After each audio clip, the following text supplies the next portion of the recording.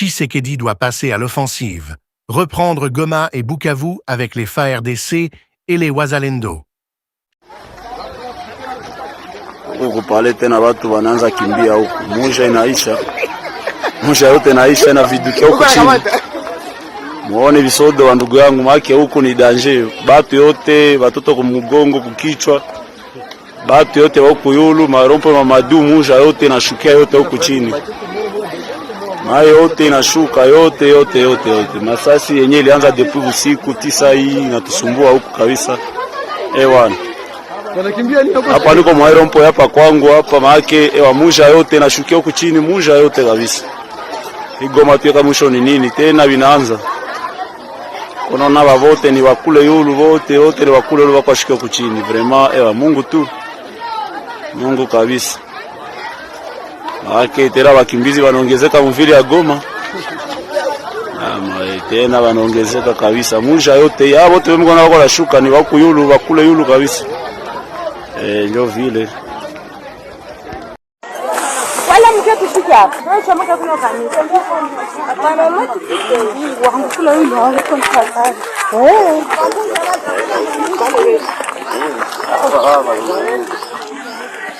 Abantu bashaka gupfa masasi mamekara makuru no makiziba Sasa iko mingi sana kabisa hapa. Ni hatari.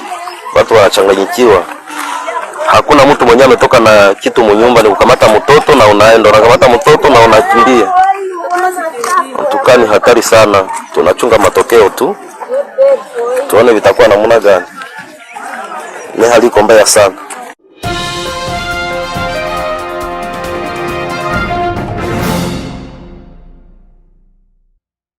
Chers auditeurs d'Africa Flashes, l'heure est grave au nord Kivu. Alors que la panique s'installe à Goma et que les canons tonnent jusqu'à l'aube, une question brûle toutes les lèvres. Combien de temps encore le Congo regardera-t-il son territoire se disloquer? Aujourd'hui, nous allons plonger au cœur de la bataille du nord Kivu, là où les patriotes Wazalendo avancent avec courage, tandis que les FARDC, en soutien discret, reprennent Kibumba et menacent les lignes ennemies. Cette situation, plus qu'une simple escalade militaire, symbolise un tournant historique. Soit le président Félix Tshisekedi prend la décision d'ordonner secrètement une offensive totale pour reprendre Goma et Bukavu. Soit la RDC risque de voir la peur et la désillusion s'installer durablement dans l'Est. Bonsoir et bienvenue, chers auditeurs d'Africa Flashes, votre canal d'analyse au cœur des réalités africaines et des enjeux géopolitiques qui redessinent notre continent. Ce soir, nous allons ensemble décrypter un épisode brûlant de l'actualité congolaise. La panique à Goma, les combats au nord de la ville, la fuite précipitée de plusieurs chefs terroristes vers le Rwanda et surtout l'urgence pour le président Félix Tshisekedi d'agir sans attendre.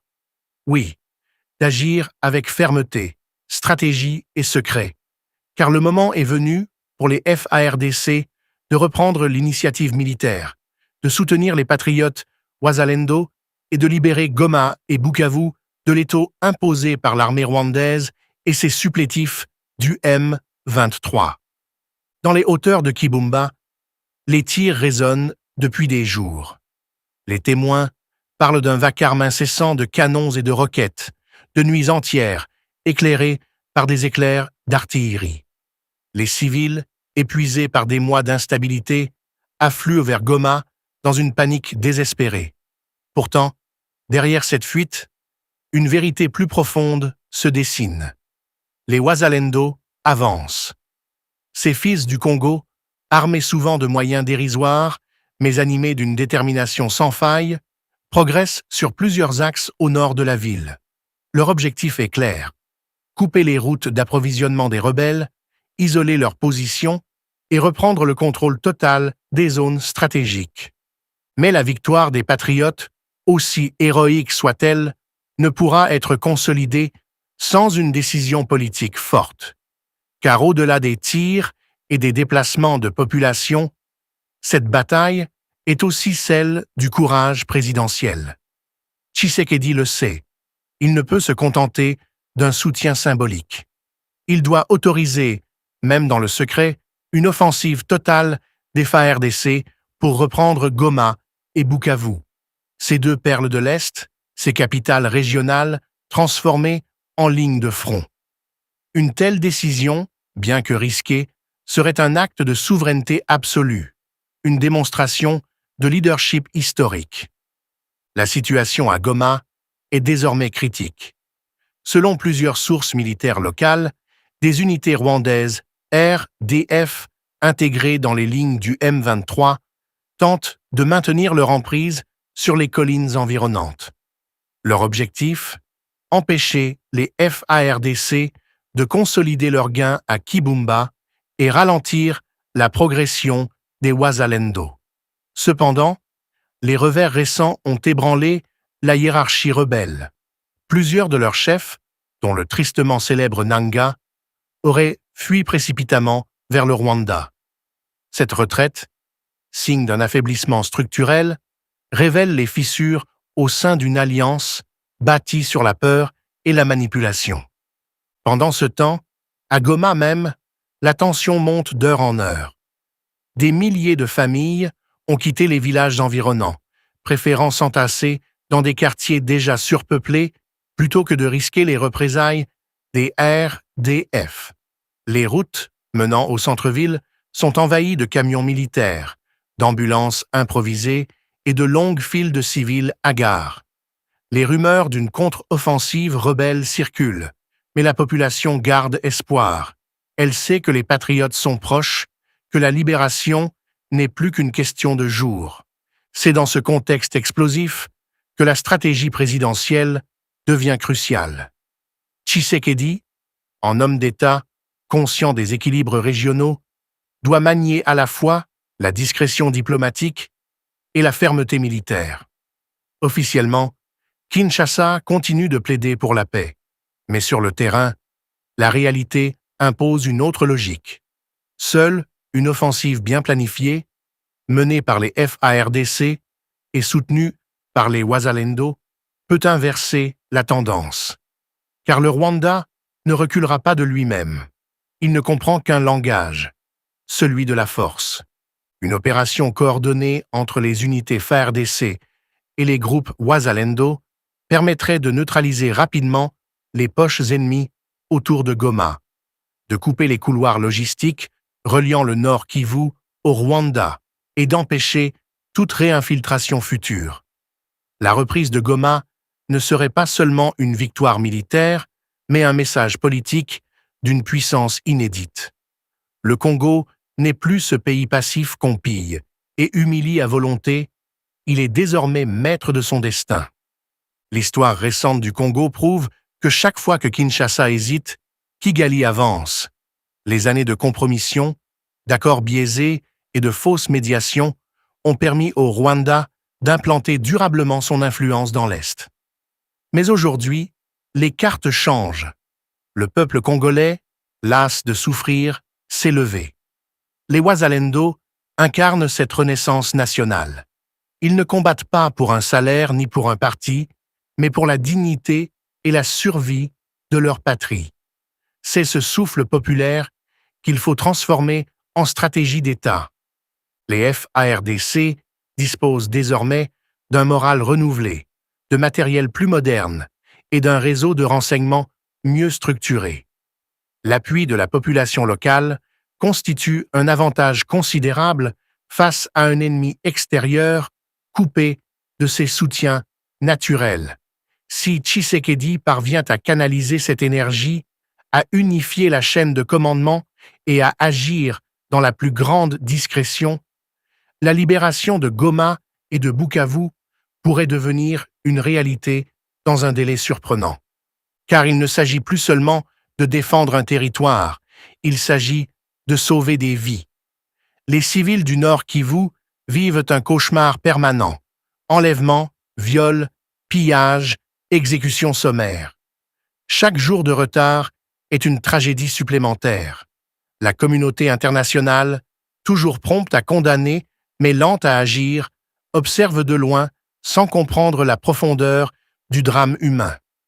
C'est donc au Congo lui-même d'imposer la fin de cette guerre.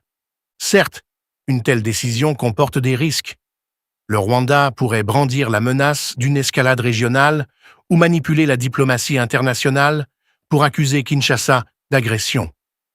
Mais ces arguments ne tiennent plus. Le monde sait désormais que les RDF opèrent sur le sol congolais sous couvert du M23. Les images, les témoignages, les armes saisies ne laissent aucun doute. Tshisekedi doit donc cesser d'agir en terrain moralement défensif. Légitimement, le Congo a le droit et le devoir de défendre son intégrité territoriale. En parallèle, une communication diplomatique fine devra être mise en place. Kinshasa peut s'appuyer sur des alliés africains émergents, comme le Burundi ou la Tanzanie, qui comprennent le danger d'un expansionnisme rwandais incontrôlé. De plus, le repositionnement international du Congo autour de ses ressources stratégiques, cobalt, coltan, or, donne à Tshisekedi un levier d'influence économique considérable. En agissant fermement, il montrera au monde que la RDC n'est pas seulement un réservoir minier, mais une puissance politique en devenir. La libération de Goma et de Bukavu serait également un tournant psychologique majeur. Ces deux villes symbolisent à elles seules la résilience congolaise et la souffrance d'une nation divisée. Reprendre leur contrôle, c'est refermer une plaie ouverte depuis des décennies. C'est rendre à des millions de Congolais la fierté d'appartenir à un État capable de les protéger. Les Wazalendo, de leur côté, continuent d'écrire une page d'histoire héroïque. Leur courage dans les montagnes du Nord Kivu rappelle les grandes résistances populaires africaines. Ils avancent non pas pour détruire, mais pour libérer. Et c'est précisément ce qui distingue cette guerre. Elle n'est pas une rébellion, mais une reconquête. Une reconquête nationale, soutenue par la foi du peuple, la légitimité du gouvernement et la détermination d'un président qui, s'il agit maintenant, pourrait entrer dans l'histoire comme le libérateur du Congo moderne. Les prochaines semaines seront décisives. Si les FARDC consolident leur position à Kibumba, la route vers Goma sera ouverte. L'étape suivante sera Bukavu, où les populations attendent désespérément la fin du cauchemar. La coordination entre les fronts, la maîtrise des communications, la logistique et la discipline seront les clés de la réussite. Tshisekedi doit faire confiance à ses généraux les plus loyaux, tout en gardant le contrôle politique absolu de l'opération. Dans l'ombre, il faudra aussi anticiper la guerre de l'information. Kigali déploiera toute sa machine médiatique pour inverser la narration. Déjà, certains médias étrangers parlent de belligérance conjointe, de risque de dérapage. Mais la vérité finira toujours par s'imposer. Le Congo ne fait que se défendre. Et l'opinion africaine, de plus en plus consciente des manipulations extérieures, soutiendra cette lutte pour la souveraineté. Chers auditeurs d'Africa Flashes, au-delà des bruits de guerre, il y a une leçon plus vaste. Le Congo incarne aujourd'hui la bataille de toute l'Afrique pour sa liberté réelle.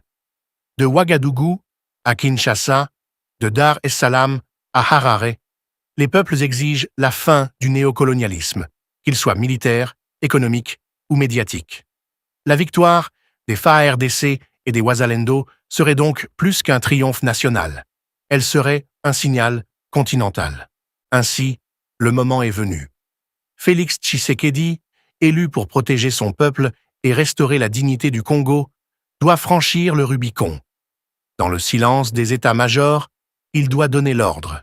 L'ordre de libérer Goma, l'ordre de sécuriser Bukavu, l'ordre de rendre au Congo sa paix et sa souveraineté. Et quand ce jour viendra, car il viendra, les canons qui résonnent aujourd'hui dans la nuit ne seront plus des échos de peur, mais les tambours de la victoire. Chers auditeurs d'Africa Flashes, restons vigilants solidaires et confiants. Le Congo ne tombera pas. Le Congo se relèvera. Et de Goma à Bukavu, de Walikale à Uvira, retentira bientôt un seul cri, celui d'un peuple enfin libre sur sa propre terre.